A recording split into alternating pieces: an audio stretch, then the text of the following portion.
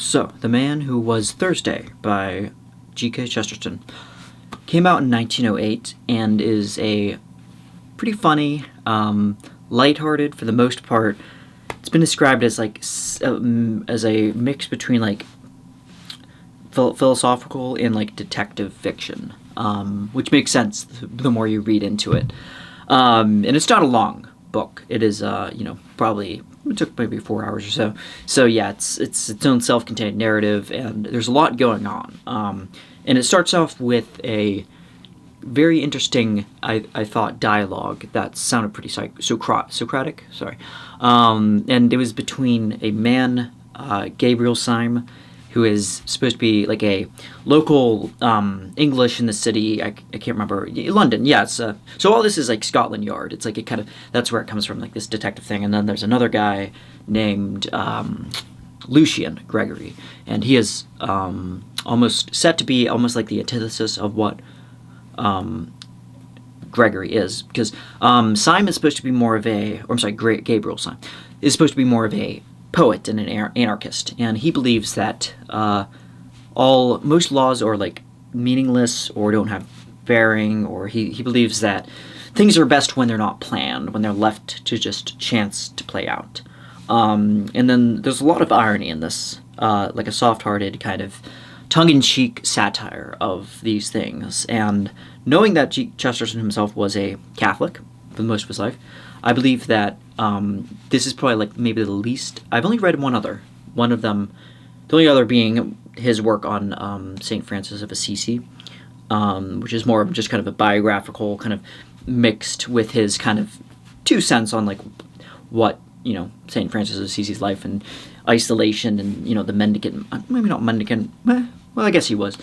What it was like, living off that, and then having, sort of something similar to the what was it called, the dark night of the soul, I think. But there's something similar to him, Saint Francis being of kind of Italy in an area there, and but yeah, with this one there's less of a kind of less of a religious intonation, but you do get the sense of that Chesterton is kind of complicitly on the side of more order, and kind of without really inserting his own opinion dogmatically. I think he was able to do so without being so oblique, or without being so explicit about it, which I liked. And so he's saying, this anarchist poet is saying, things are so great when they're not planned, when they're not discreetly, with strategized, and with law and order, let the chips fall where they may, kind of. To which this cop, who is actually an anarchist undercover cop, so it's kind of like a weird, Who Framed Roger Rabbit kind of thing. This person's in Face Off almost. It's this person's an anarchist cop who's actually secretly, or a cop that's actually secretly an anarchist, I think, or is he anti-anarchist? Or I'm not actually sure. But I thought it was funny because the whole time there's so much emphasis on the funny, kind of irony that the anarchists are all so for they're so for things being lawless, but at the same time they vote on things. They have councils, albeit underground ones, but they have these different chair meetings and councils where they vote people in, and each day of the month, in order to hide their identities, they name themselves as days of the week. So they have 7 different people, obviously being, I think, in the council, being renamed, obviously to Monday, Sunday, Monday, Tuesday, Wednesday, Thursday, Friday, and Saturday. So Thursday is basically the man, that's why it's called The Man Who Would Be Sir Thursday, is because there's a lot of, The Man Who Was Thursday, because there was a lot of stipulation and anticipation to who might be taking on this new kind of role that was more of a heavy-hitting kind of not delegated or not dignitary, but just definitely to have some type of control or authority in this very vied for, enviable position in the anarchist group. And Thursday was the one that got it. So But on the other hand of the card, the irony of in the beginning, which I liked most of this, was the conversation between the poet and the officer, who was talking about, well, what if we just let things, like the transit station, the London Underground, basically, you have the times given for when each train leaves, and isn't it so great that everything falls where they may? Because, isn't it so great that things are planned out to the very second? And to which the anarchist is saying, like, no, that's boring. Like, I don't want to plan out life. Why would I want everything to be planned out so assiduously? Like, that sounds like I'd lose my mind if I planned out every single aspect of my life. So the anarchist has a point, and he sees the poetry of anarchy, and like letting, just like a free-spirited existence, and being open to, you're allowed to be more open to experience, and open and to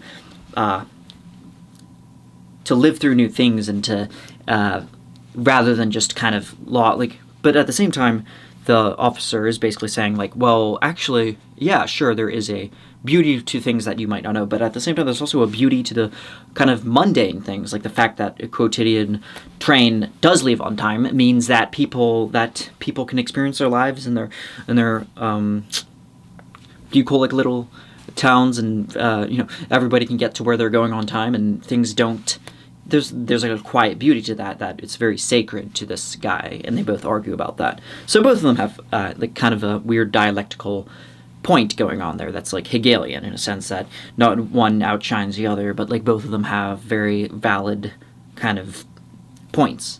So the man who was Thursday was went through a lot of different kind of ironical things. It was basically undercover kind of police, almost like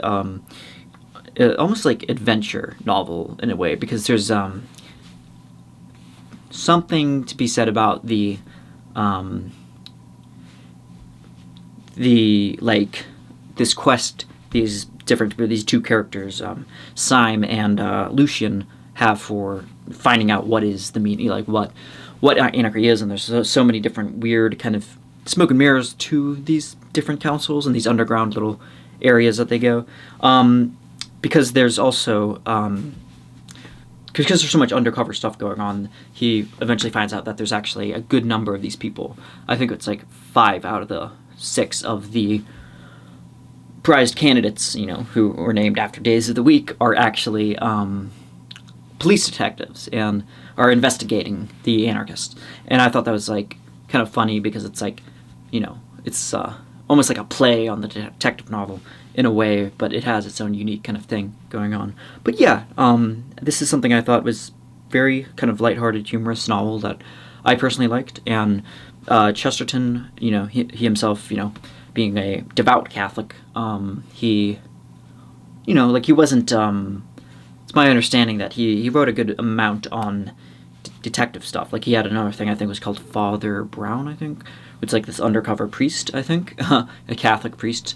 And yeah, there's I guess with Chesterton does show a little bit of partiality toward maybe the working class kind of Catholic person, the believer, who may not have a glamorous life, who may not be involved in certain scenes, and they they have to kind of, in that sense, he's like a little bit towards, like, he's a little like seems a little bit similar to George Orwell in that sense of like kind of like a social kind of democratic, a bit kind of what of the working class kind of unsung kind of heroes that forged and built Britain, the UK, and how like you got that sense in like The Road to Wigan Pier, and just how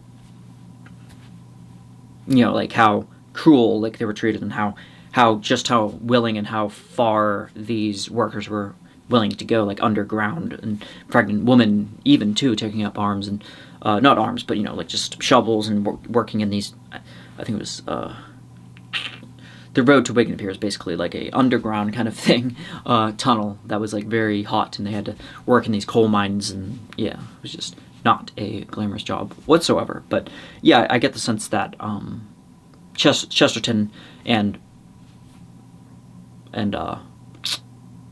Orwell are like pretty sympathetic to those kind of people. So yeah, The Man Who Was Thursday. Definitely recommend it. Short read, pretty funny, humorous, lighthearted, and I think that's all I have for today. Thanks for watching.